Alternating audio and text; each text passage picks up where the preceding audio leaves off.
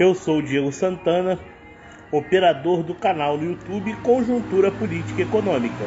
Se inscreva no canal e aperte os sinos para receber as notificações.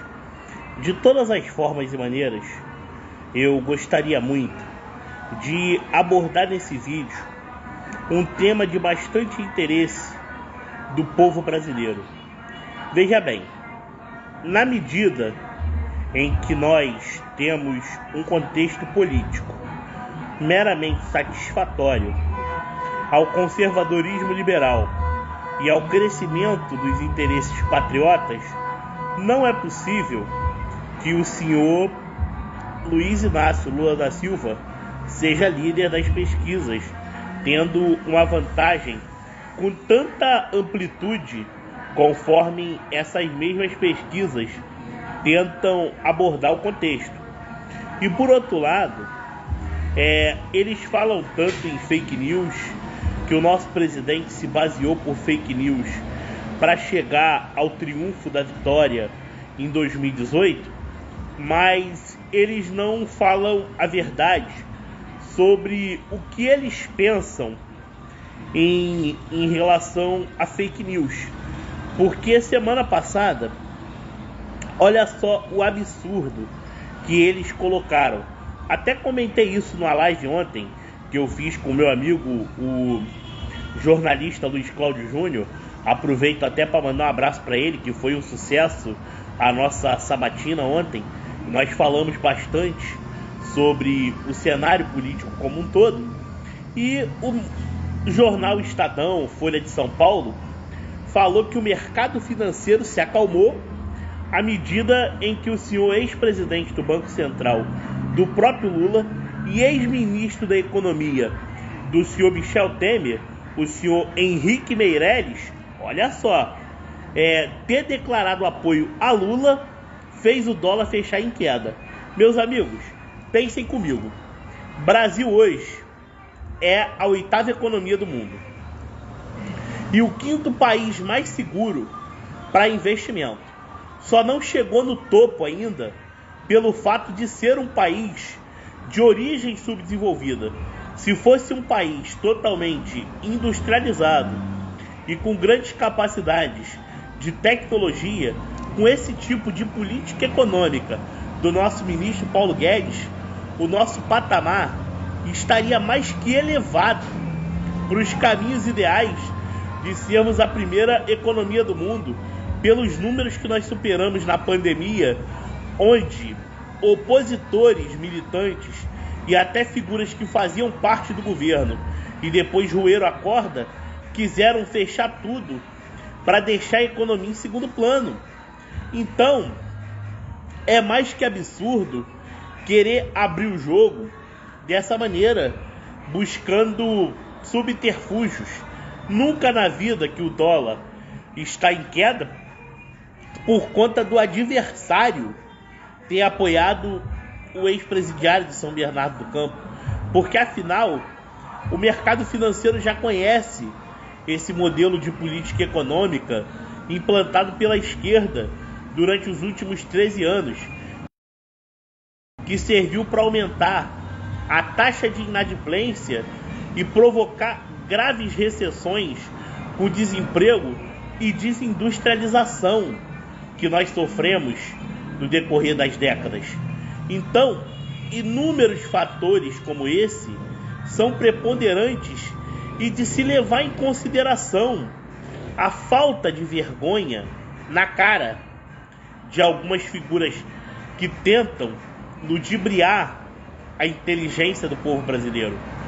É por esse motivo que eu falo para vocês: Jair Messias Bolsonaro está agindo na humildade, não antecipando a sua vitória, porém muito atento mediante as eventuais atrocidades que possam vir a cometer contra a sua eleição pelo defasado sistema de urna eletrônica que nós temos. Mas, acima de tudo, os números do Brasil não mentem. E esses números satisfatórios são mais que reais uma vez que já se colhe os frutos de uma política fiscal mais sustentável. Isso significa redução do valor da dívida pública, do déficit público e de metas de superávit acima do esperado pelo próprio Banco Central, Ministério da Economia e pelo mercado como um todo. Isso significa dizer respeito ao teto de gastos que o adversário quer acabar. E mais do que isso, as candidaturas à presidência da República falam que não pode haver polarização, sendo que eles mesmos provocam polarização, querendo de alguma forma falar sobre eventuais maus exemplos dados pelo atual presidente da República no que se refere à vacina, à pandemia. Só que eles se perdem no meio do caminho, porque as consequências do fique em casa, economia a gente vê depois, vieram. E não adianta falar que o mundo todo pregou esse tipo de módulo de saúde pública que tiveram consequências econômicas escabrosas, até mesmo para grandes nações do mundo, inclusive para a Grã-Bretanha. E o Brasil superou os números da pandemia. Isso se deve a não só uma política fiscal sustentável, como metas a serem batidas e o não pagamento vitalício de auxílio emergencial, como alguns queriam. O auxílio emergencial foi só durante o período mais escabroso da nossa pandemia que nós não sabíamos mais aonde nós atingiríamos um cabível momento de recuperação econômica.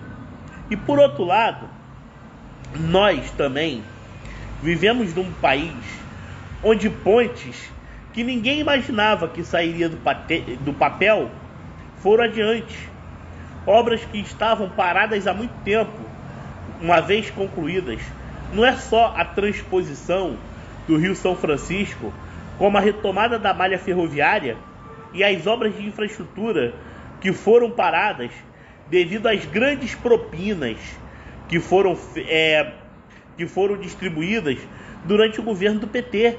Aliás, num período não muito distante, antes do impeachment da senhora Dilma Vana Rousseff, vocês se lembram da obra da usina de Belo Monte, que foi quase que 2 bilhões e 500 milhões de reais de financiamento?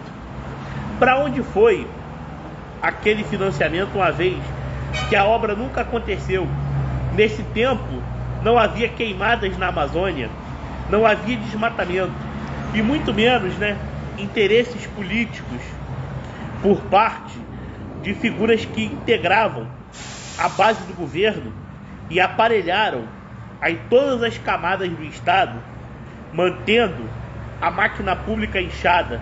E mais que isso, 380% do valor da folha de pagamento do governo federal era o percentual mais caro em relação a servidores sob regime da CLT, que eles tanto defendem.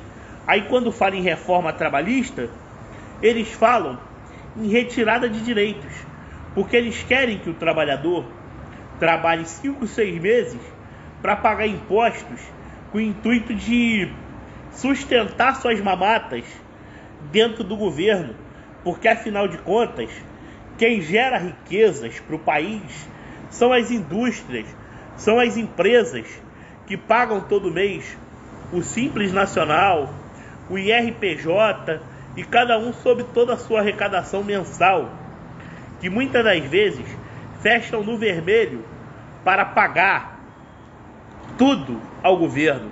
Aí eles são contra a reforma tributária, eles são contra a reforma administrativa, pelo fato que reduz a mamata e dá oportunidade de se criar uma nação independente.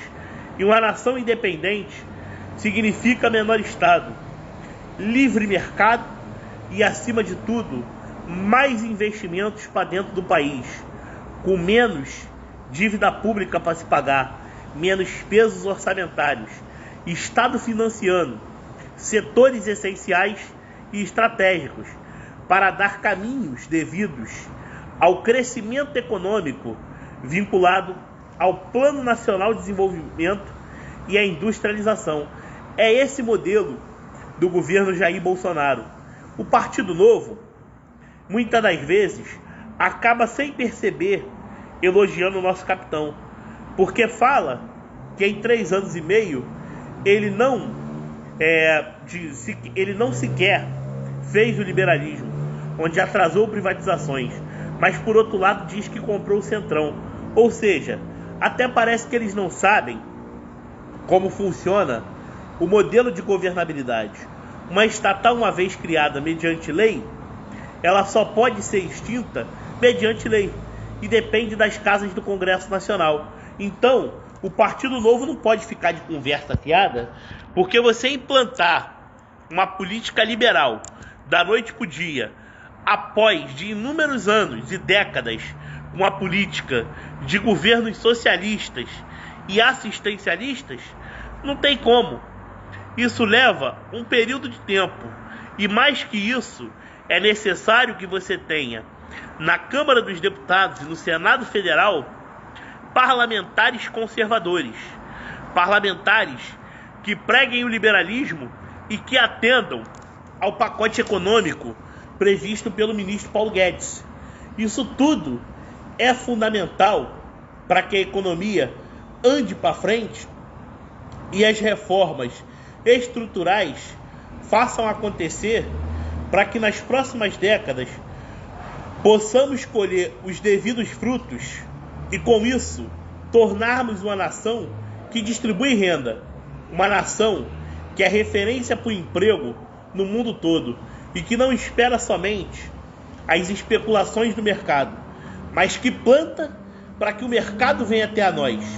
E é por essa razão que esse modelo de política econômica, com teto de gastos que não ultrapassou, diferente do que muitos dizem, em relação aos precatórios, apenas se renegociou para se pagar em parcelas menores e não furar o teto de gastos, visando caber o Auxílio Brasil. Mas muito mais que isso, significa dar sequência a um projeto nacional de desenvolvimento que envolvem obras de infraestrutura, habitações populares, regulamentação de propriedades rurais e, acima de tudo, incentivo através do Banco Nacional de Desenvolvimento Econômico e Social nos empreendimentos que cultivam o crescimento do PIB nacional. Não é pegar os recursos do BNDES e utilizar títulos da dívida interna para financiar obras em países africanos e vizinhos, enquanto aqui carece do crescimento do nosso IDH, que foram o que fizeram os governos da esquerda, que agora quer voltar ao poder, unido pelo velho teatro das tesouras, acreditando que o número de presidenciáveis são capazes de intimidar ou atrair alguém. A união do todos contra um foi muito bem falada no último debate do SBT pelo Padre Kelmon. E o Padre Kelmon desmascarou a realidade e mostrou as infiltrações da esquerda dentro do contexto fisiológico que começou desde a Constituinte de 1988, com o enfraquecimento do conservadorismo dos 21 anos de regime militar. Então, meus amigos, é preciso que fiquemos atentos para que esse contexto político seja muito mais do que aquilo que se pode ver, muito mais que polarização entre Lula e Bolsonaro, conforme alguns tentam dizer. Existe o pró-Bolsonaro e o não Bolsonaro. E o não Bolsonaro, ele não quer o bem da nação. Porque eu preciso perguntar a cada um: em que país vivia aquele que antes do Bolsonaro governar para dizer que era tudo as mil maravilhas que por ele foi destruída. E outro, numa pandemia, o consumo de alimentos triplicou, de energia idem. Como que os produtos não vão se sobrevalorizar? A inflação, nós estamos tendo a queda dela e não é estelionato eleitoral, porque o governo não está subsidiando, o governo está lutando desde o princípio para reduzir impostos e elevar as condições de produtividade. Por isso que existe a taxa de juros estável, que como consequência do crescimento poderá reduzir ainda mais devido às projeções do mercado. Uma vez que se bate a meta de inflação, juros reduzem. E quando os juros reduzem, créditos são abertos para empregabilidade e, acima de tudo, produtividade, que fomentam o superávit comercial, o superávit primário, o superávit final, o superávit nominal e, acima de tudo, o crescimento das receitas sem aumentar impostos para que ela caiba dentro do orçamento público de forma sustentável e sejam investidos de forma estratégica para fomentar a indústria nacional sem sangrar os cofres públicos e muito menos utilizar de subsídios para jogar recursos na economia de forma desenfreada e muitas vezes o país não dando um passo para frente. Nós queremos dar 2 passos para frente, 3 passos, 4 passos. Afinal, somos uma grande nação e queremos uma nação que vence o desemprego, que investe na qualidade de vida e que ajuda os municípios a aderirem ao novo Pacto Federativo e não fazerem o que muitos de seus administradores fizeram durante o período da pandemia, de desviar recursos da saúde, tão pouco explorado por quem é da confederação. É por isso que Simone Tebet, ela fala tanto em mau exemplo de Jair Bolsonaro, porque ela nada mais é que uma grande papagaia de pirata da confederação, de seu partido e dos inúmeros quadros políticos, como Renan Calheiros, Omar Aziz, Eduardo Braga, Jader Barbalho, entre outras figuras mais, que tem interesse em destituição do povo brasileiro. E tal destituição se deve às seguintes razões. Quais são as razões, Diego? As razões de quererem destruir a nação e dela se locupletar, enriquecendo ilicitamente, conduzindo o país ao subdesenvolvimento, ao baixo crescimento e, acima de tudo, à institucionalização da corrupção. Esse modelo político, o povo brasileiro não aguenta mais. Modernização da estrutura do Estado, nós passamos em diversos períodos de regime político e tivemos grandes revoltas populares, além de grandes revoluções que conduziram à chamada Nova República da redemocratização. E ainda assim, o Estado brasileiro ficou durante muito tempo na mão das oligarquias regionais, buscando apenas as forças de uma confederação, criando rachas de escusos interesses de governabilidade, onde o real interesse sempre foi Estado aparelhado, aumento do tamanho das estatais e, acima de tudo, do aparelhamento político das repartições, que fizeram grandes negociatas em eleições para a presidência do Congresso Nacional, da Câmara dos Deputados e escolha de comissões partidárias. E fora os outros escândalos de corrupção mais destrutivos que nós já conhecemos. Não tem como esse modelo de governo querer voltar ao Brasil e muito menos acalmar o mercado. O que acalma o mercado é o liberalismo sendo plantado pela semente do futuro, a semente do futuro, que coloca a reforma tributária, que abre os caminhos da produtividade, investe no agronegócio e bate todas as metas de inflação, da taxa de juros e, acima de tudo, coloca a pauta da reforma tributária e que quer cobrar dos entes federativos aquilo que devem ao governo federal: a soberania nacional, a saúde das contas públicas e o fechamento sem maquiagem, é um compromisso de Jair Bolsonaro com o povo brasileiro. Um grande abraço a todos, Brasil acima de tudo e Deus acima de todos. É Jair Bolsonaro, presidente da República, vice Braga Neto e nosso ministro da Economia, Paulo Roberto Nunes Guedes. Um abraço.